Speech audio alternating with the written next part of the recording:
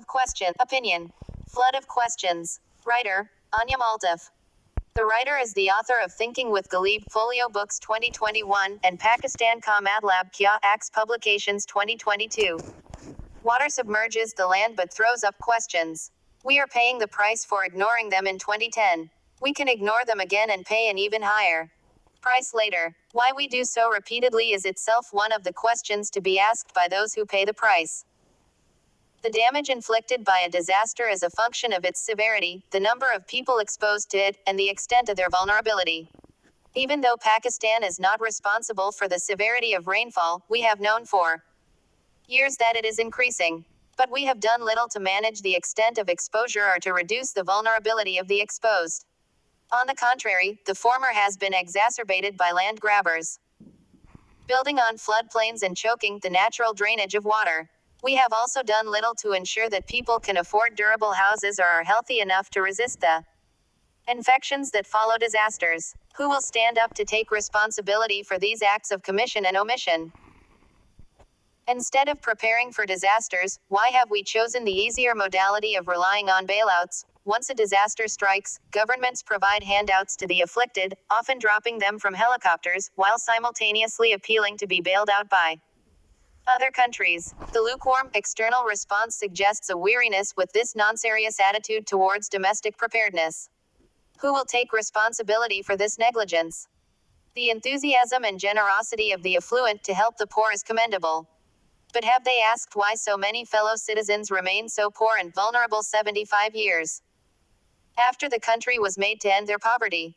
Who will answer for this preference for charity over self-sufficiency? What should one say of our officials who congratulate the nation on the approval of an IMF package? Isn't it an occasion to apologize for the 23rd recourse to a bailout without any lasting gain? IMF packages do not come free. By accepting their conditions, the country locks itself into an economic model in which expenditures on social welfare are drastically curtailed because the rich do not tax themselves. The vulnerabilities of the majority cannot be addressed as a result.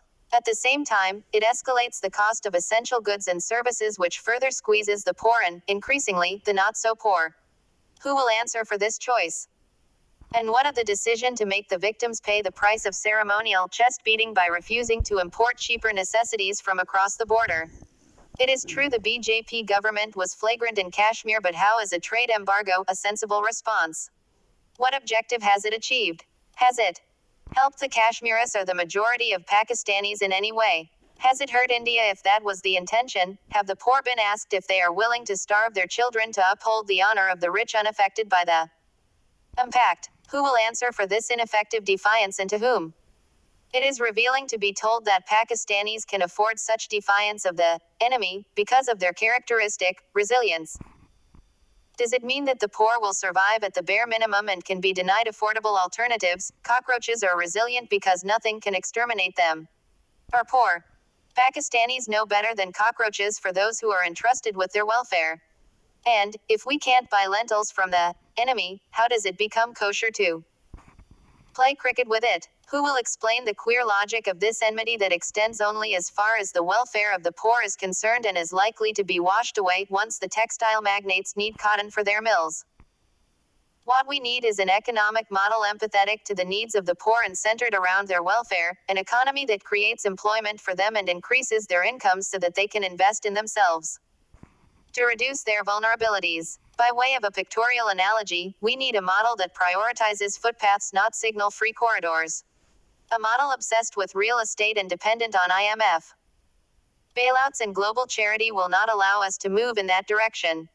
An attitude in which responsibility for misgovernance is hidden behind accusations of external responsibility and pleas for debt forgiveness will leave the poor crippled forever while the rich get richer.